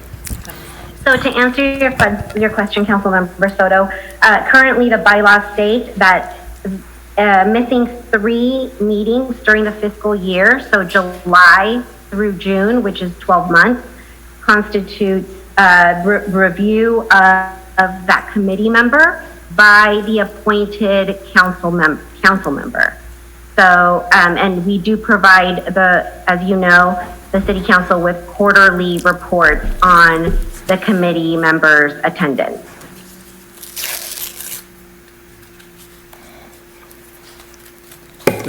Madam Mayor? Yes, Just Mr. to Smith. add on that too, so the reason, one of the reasons we have different attendance rules for Block Grant Advisory Committee rather than the commissions is because they are on an annual funding cycle. I mean, Right. there is the federal requirement, but they have, so it's on a fiscal year starting in July. And so the first part of the meetings is, establishing the process, the fundings, the priorities. And then this, from now until June, are going to be the site visits and the deliberation. So that's why the rules are different for block grant, because really it is a structured schedule over the I would year. think that'd be very appropriate, yes.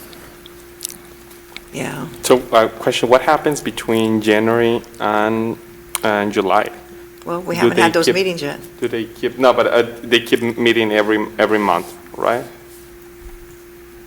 Or oh no, there's some even, I'm looking at the July, they even had 2 meetings, a regular meeting and the regular meeting committee and needs work, because the workshop. Gotcha. Okay, thank you. No, I answered my own question. Oh boy, thank you. Oh boy. Any other questions of Rosie? Some coffee. Mr. Cordero, did you have any questions? No, I just wanted to hear what she had to say. Please speak into your mic, please. Oh, I said, I just wanted to hear what she had to say. I was thinking it was my Rosie, not our Rosie. Oh. Okay. And Madam Mayor, Yes, if Mr. I may, Watson. obviously, each one of these committees has a different level of responsibility, different level of impact. By way of example, just looking at the appendix provided on the Planning Commission, if your rules are that 3 absences in a calendar year results in deemed resignation, 4 out of 5 would resign their committee because they've been absent more than 3 because of the amount of meetings. I think that if you're really looking at 1/4 of the percentage, 1/4 of the meetings would be 3 out of 12, and then if you have like a planning commission where it's substantially more, that may be a better rule of thumb, if you will. Because planning commission, it's easy to miss something every 2 weeks. If you get COVID, that's 2 meetings. No, that's 5 days. It's going to be 3 pretty soon. Well, it has been in the past. And So- I don't mind dealing with each one of them differently because they had, as you say, each have different areas of responsibility and it's a different calendar Right. for them. So I was just going to suggest that maybe a rule of thumb would be if you miss 25% of the meetings, which would be 3 out of 12, or in the case of Planning Commission, 6 out of 24. Maybe that's a more appropriate measurement. Mr. Escobedo? Thank you, Madam Mayor. I mean, I do agree on what you were mentioning about just telling people, you're out of. I wouldn't like my commissioner to be told that, so that's that would be pretty uncomfortable. So there's some, and I really appreciate because all my commissioners, I'm really proud of them. They've been pretty active and participating, and we've been having a great communication. And I don't know, just there's this, I'll make it public.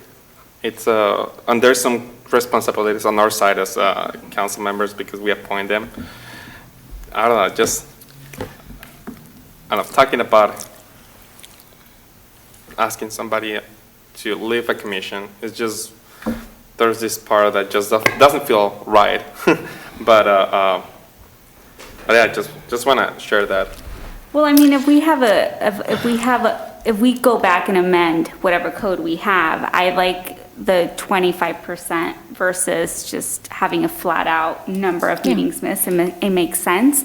But I also think that if people are having a hard time going to the meetings, asking someone to step down may actually be their way out because they may feel bad to come up to us and say, I can't keep coming. And so it may be a relief to them when That's true. in the rules it says after 25, if you miss 25% of the meetings, you have to make room for somebody else to come in.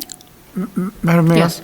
Are you finished, Mr.? Yes. Mr. Cordero? I'm thinking that maybe something like this, the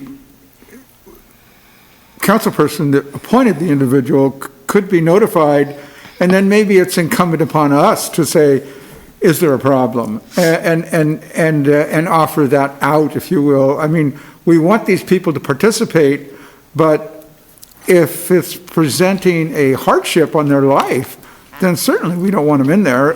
Not because we don't want them there, but we don't want to interrupt their lives. This should be in addition to their life, it should not be that they have to exchange a valuable part of their time for it. So maybe there can be something added to us to our responsibility to say, hey, so-and-so, why, is there a problem? Is there something that we can do to help it? Do we need to change the date, time? In the rules, it does say that commissioners who miss 2 to 3 consecutive meetings in a calendar year will be contacted by the chair and our secretary to discuss their absence. Maybe you need to throw in their appointed city council person in there. We appointed them, they had the relationship with us. I'm thinking that maybe we need to, come forward and say something and be a part of that. I think that's better. I don't think, like, for instance, Rosie needs to talk to these people and say, hey, because that's putting her in a very uncomfortable position with volunteers. You have to remember they are volunteers. It should fall upon us as individuals. And perhaps, I hesitate to say this as a suggestion, but for me personally, maybe I should attend a meeting a little bit more often than I have in the past,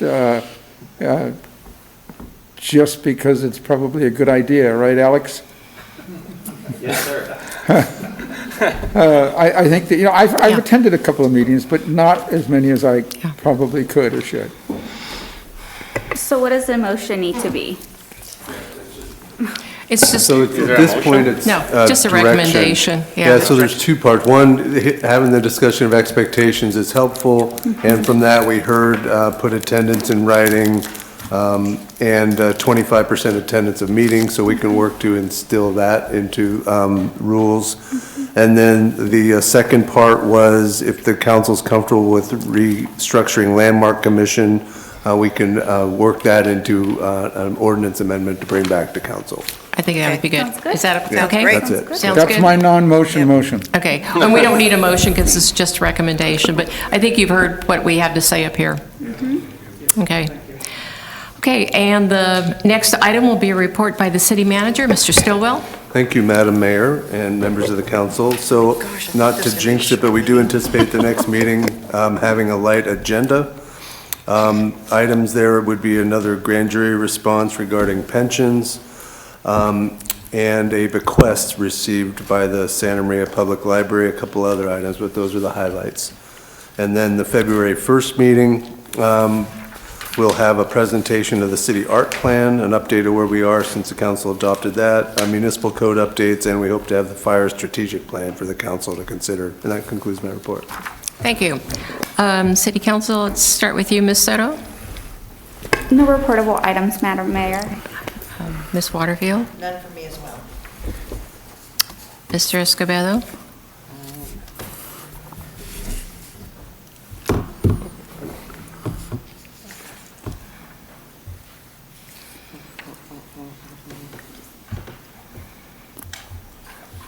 There we go. Thank you, Madam Mayor.